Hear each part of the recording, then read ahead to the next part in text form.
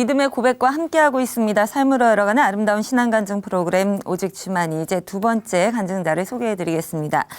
이분은 공부도 워낙 잘하셨고 또 워낙 성실하셨던 분이기 때문에 집에서도 학교에서도 친구 사이에서도 뭐 어디서나 항상 인정을 받았던 그런 딸이었는데요. 자라면서 나는 항상 인정받는 애구나. 그렇다면 조금 더 반듯하게 자라봐야겠구나. 이런 마음이 더 강해졌다고 합니다.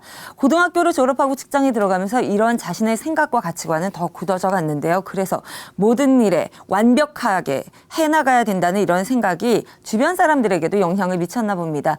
모든 사람을 공포에 떨게 했던 이 무서운 왕언니가 요즘에는 뭐 정말 솜사탕처럼 부들부들한 그런 미소천사가 됐다고 하네요. 어떤 사연인지 정말 궁금해집니다. 춘천 한마음교회 강명희 자매님께 직접 들어보겠습니다. 박수로 모시겠습니다.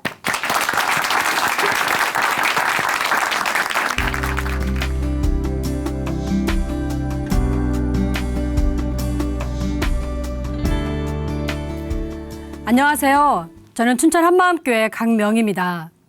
저는 제가 옳다라는 아집으로 똘똘 뭉쳐 살았어요. 결국엔 불독처럼 변하더라고요. 그런데 부활하신 예수님을 만나서 다른 사람의 입장을 이해하고 품게 된 간증을 나누려고 합니다. 저는 시골에서 농사 짓는 부모님 밑에서 8남매 중 셋째 딸로 태어났어요. 어려서는 부모님의 농사일을 도와드리는 것이 너무 좋아서 손목에 뼈가 튀어나올 정도로 밭에 김 매는 것을 열심히 했어요. 그리고 위에 두 언니들보다 공부도 잘하고 착실하다는 학교 선생님의 칭찬으로 셋째 딸인 저는 집안에서 공주처럼 자랐어요. 옷도 항상 새 옷만 입었고 새 교복에 새 자전거까지 저는 우리 집이 행복했습니다. 그런데 집안의 경제적인 사정이 좋아지고 큰 집으로 이사하게 되면서부터 불안해지기 시작했어요. 아버지가 한 동네에 혼자 사시는 아주머니를 만나기 시작하면서부터였어요. 이때부터 저는 동네 사람들에게 창피하고 부끄러워서 인사도 하지 않고 피해 다니게 되었어요.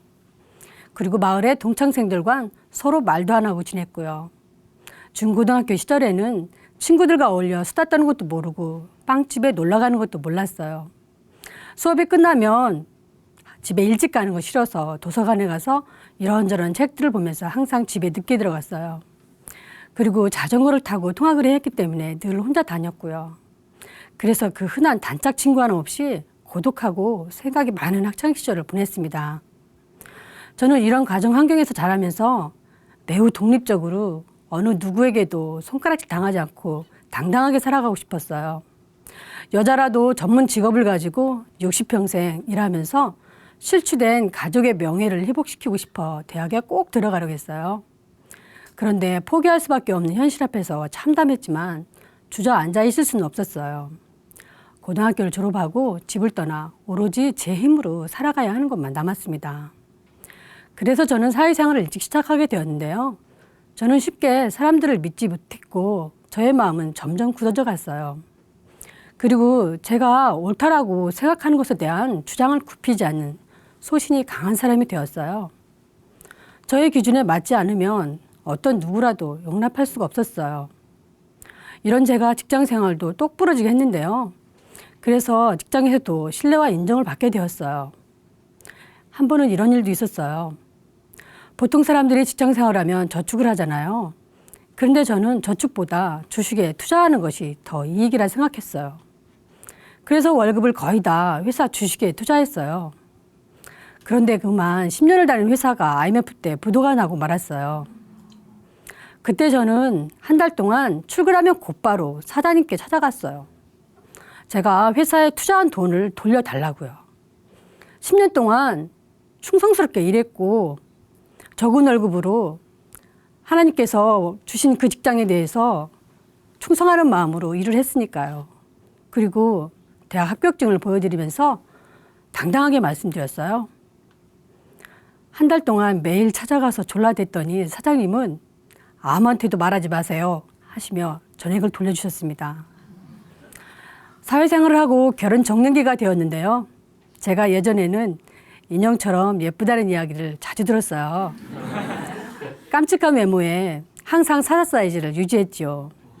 남자들이 저를 만나고 싶어서 회사에까지 찾아오고 심지어 데이트를 거절하니까 주저앉기까지 하더라고요. 저는 남자에 대한 생각이 아주 보수적이어서 모든 것을 도덕적 기준과 제 기준에 딱 맞아야 했어요. 저의 기준에 단 하나도 맞지 않으면 그날로 끝이었어요. 더 이상 관계를 지속할 이유가 없었거든요. 항상 제 생각이 옳은 대로만 움직이다 보니 둘레에선 저를 보고 찔러도 피 한 방울 안 나올 것 같은 사람이라고 하더라고요. 저는 이렇게 소통이 안 되고 인간관계가 꽉 막힌 사람이었어요. 저에게는 제 기준만이 절대적이었고 제 생각이 가장 중요했기 때문에 다른 사람들을 생각할 여유도 없었거든요. 그러다 보니 한 번도 웃어본 기억도 없더라고요. 얼굴은 항상 굳은 표정에 꽉 담은 입이 전부였어요. 이런저런 사람들은 무서운 왕언니, 불독이라고 불렀어요. 나이가 들면서 미혼인 저에게 어떤 인생 계획을 가지고 있는지도 모르면서 남의 인생을 쉽게 이야기하는 사람들이 있었는데요. 한마디로 오지랖이 넓은 사람들이요. 이들이 저에게 아유 이제 결혼할 남자만 있으면 되겠네. 혼자 살면 외롭지 않나요? 이런 말을 할 땐 그 사람이 누구든지 상종 못할 인간으로 낙인 찍고 나중에는 말도 섞고 싶지 않았어요. 대체 나를 뭘로 보고 그러는 거야 하면서 지금까지 제 삶에 몫이라는 것 같아서 속이 부글부글 끓으니 얼굴이 불독이 되더라고요. 저는 남자가 제 인생의 답이라고 생각하지 않았거든요. 저는 학창시절부터 삶에 대한 진지한 고민을 많이 했는데요. 이런 고민이 계속되다 보니까 두통이 점점 심해져서 거의 매일 두통약을 가지고 다녔어요. 그러다가 어느 날 나 자신도 만족할 수 없는 기준을 두고 이렇게 힘들게 사는 것은 아닐까 하는 생각이 들었어요. 저를 위해서 중보기도를 하던 친구가 한 명 있었는데요. 교회를 가야겠다는 생각이 들어서 이 친구와 함께 춘천 한마음교회 가게 되었습니다. 한마음교회 처음 왔을 때 사람들의 얼굴이 밝고 기쁨이 넘치는 거예요. 너무 좋았어요. 마음이 활짝 열려서 교회를 계속 다니게 되었어요. 그런데 교회를 다니면서도 저의 불독 같은 모습은 사라지지 않았어요. 사람들이 저에게 제 인생에 대해서 이야기를 하거나 권면을 하면 아니 나를 얼마나 안다고 그러는 거야. 분별력도 없이 그런 말을 한다고 판단 정죄를 했어요. 그냥 농담으로 웃어 넘길 수 있는 말인데도 저는 제 인생에 정말 먹칠을 당하는 기분이었어요. 저는 제가 알아서 잘 하는데 왜들 이러나 이해할 수 없었어요. 그리고 그 사람은 두 번 다시 보고 싶지 않은 사람이 되었어요. 강대상에서는 예수 안에 한 생명된 공동체에 대한 말씀이 선포되고 그 말씀을 들으면서도 이런 사람들과는 절대로 하나가 될 수 없을 것이라 생각을 했지요. 그러던 어느 날 작은 교회 예배를 드리고 집으로 돌아오는 전철 안에서 들었던 말씀들을 생각하고 있었는데요. 예수님이 실존 인물이라는 말씀에 너무 충격을 받았거든요. 저는 예수님에 대해서도 성경에 대해서도 전혀 상식이 없었는데요. 예수님이 실존 인물이라는 말씀과 성경 전체가 예수님에 대한 이야기라는 거예요. 이것을 예수님의 부활로 믿을 수 있다는 거예요. 아, 성경은 전부 예수님에 관한 이야기구나. 부활하신 예수님이 바로 하나님이시구나. 예수님의 부활이 저의 내리 속에 박히는 순간에 제 인생에 빛이 비춰졌습니다. 제가 그렇게도 방황했던 삶의 모든 문제가 해결되는 것 같았고 하늘문이 뻥 뚫어지는 것 같았어요. 예수님에 대한 말씀을 더 알아가면서 부활이 역사적인 사실이며 예수님께서는 성경대로 오셔서 우리 죄를 위하여 십자가에 죽으시고 3일 만에 다시 살아나셨다는 사실을 알았어요. 흥분을 감추지 못하고 집으로 돌아와 그날 밤 요한복음을 읽기 시작했어요. 성경을 신화적인 이야기책처럼 읽을 땐 달랐어요. 성경의 모든 말씀이 믿어졌어요. 하나님께서는 내가 사는 이 세상이 어둠이라는 것을 알려주시는 거예요. 그리고 부활하신 예수님이 나의 왕이시고 나는 그의 백성이라는 말씀을 비춰주시는데요. 충격이었어요. 자기 땅에 오매 자기 백성이 영접지 아니하였으나 아 예수님이 나의 왕, 나의 하나님이셨구나 하는 순간에 제 속에서 울컥하는 눈물이 났어요. 예수님은 하나님의 아들이셨어요. 제 마음이 쿵 하고 내려앉는 것 같았어요. 그러면서 부활을 본 사람들이 생각이 났어요. 저처럼 마음이 내려앉았을 것 같았어요. 3년 동안 예수님을 따라다녔지만 죽음이 두려워 도망갔던 제자들도 부활하신 예수님 앞에 굴복하였고 예수 믿는 자들을 핍박했던 사울도 예수님을 미쳤다고 했던 예수님의 친동생 야고보도 다 다 부활하신 예수님 앞에 굴복한 것이었어요. 하나님께서 예수님을 이 땅에 보내주신 것은 하나님의 전부를 주신 것이었어요. 하나님의 전부이신 독생자 예수님.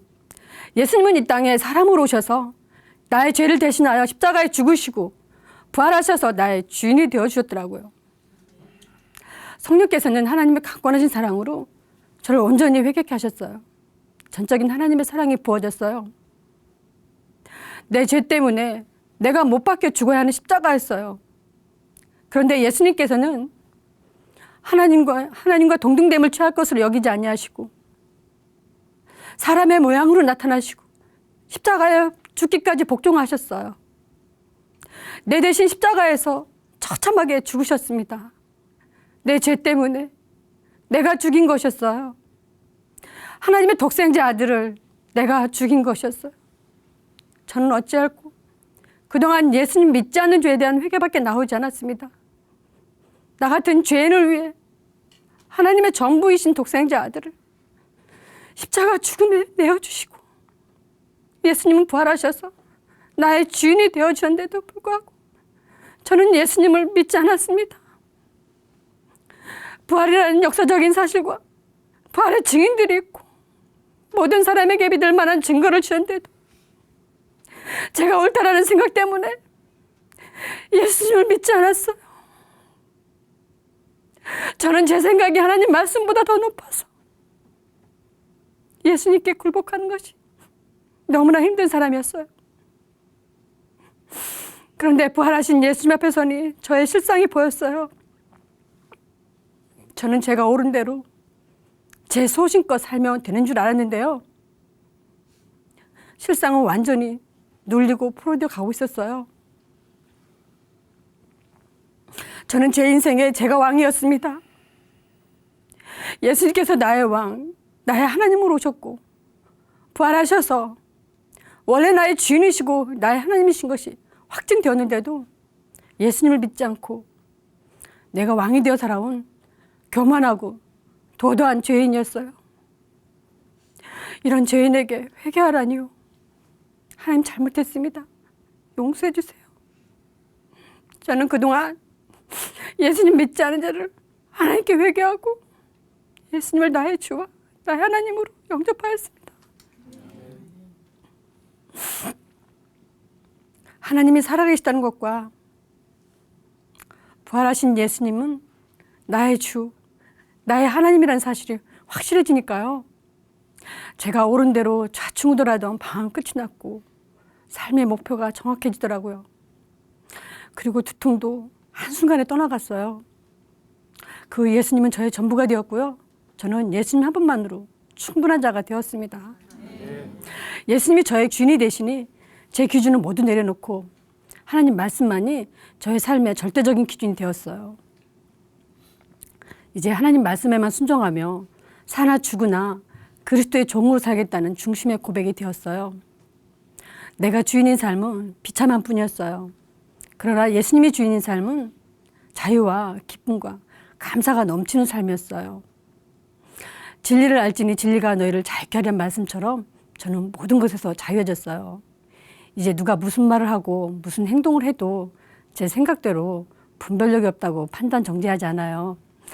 예수님께서 먼저 생명 걸고 사랑하신 것처럼 저도 형제를 위해 죽는 것이 마땅하니까요. 우리는 생명까지 나누는 영원한 가족임을 고백합니다. 그리고 부활하신 예수를 만나니 시간이 없다는 생각이 들더라고요.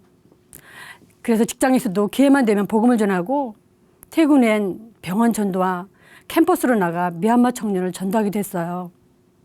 예전 같았으면 동남아 사람들의 영혼을 품지 못했을 거예요. 이 청년은 우리교회 훈련관에 들어와서 형제들과 함께 살면서 신앙훈련도 받고 한국말도 잘하게 되었죠. 그리고 지금은 미얀마 땅에 부활의 증인으로 세워졌습니다. 또 한 번은 구치소에 소감된 사람에게 복음을 전했어요. 그런데 이분의 남편은 제가 복음을 전하는 것을 원치 않아서 저를 심하게 핍박을 했어요. 그런데 오히려 예수님이 저와 함께 하신다는 것을 생각을 하니 그 영혼에 대한 뜨거운 사랑만 부어지더라고요. 이제 근원적인 죄는 오직 예수님 믿지 않는 것이 죄라는 것이 확실하니까 어디든지 가서 복음을 전하고 영혼을 살릴 수 있다는 확신이 들었어요. 너무나 기뻤어요. 그리고 그분은 지금 기도하고 말씀을 보면서 저와 편지로 교제하고 있어요. 그리고 저를 변화시켜 주신 부활하신 예수님을 사랑하는 가족들에게 전해야 되겠다는 마음으로 급해졌어요. 우리 가족의 진정한 행복은 오직 복음이면 다 된다는 큰 확신이 있었어요. 감사하게도 공동체를 통해서 가족들 한 사람 한 사람 구원받기 시작했습니다. 예수님을 믿고 처음으로 아버지 영혼에 대한 긍휼한 마음을 부어주시는데요. 아버지만 생각하면 눈물이 났습니다. 아버지는 가족들 중 제일 먼저 우리 교회 오셔서 복음을 들으시고 예수님 믿으셨어요. 그리고 지난 일들에 대해 회개하시고 참 자유해 주셨어요. 엄마도 복음을 들으시고 예수님을 주인으로 고백하셨고요. 엄마는 우리 교회 체육대회에 참석하셨는데요. 저에게 명희야, 교회는 사랑이 있어서 좋다. 우리 가족이 다 너 따라 교회로 올 테니 기다려라 하시면서 집으로 내려가셨어요.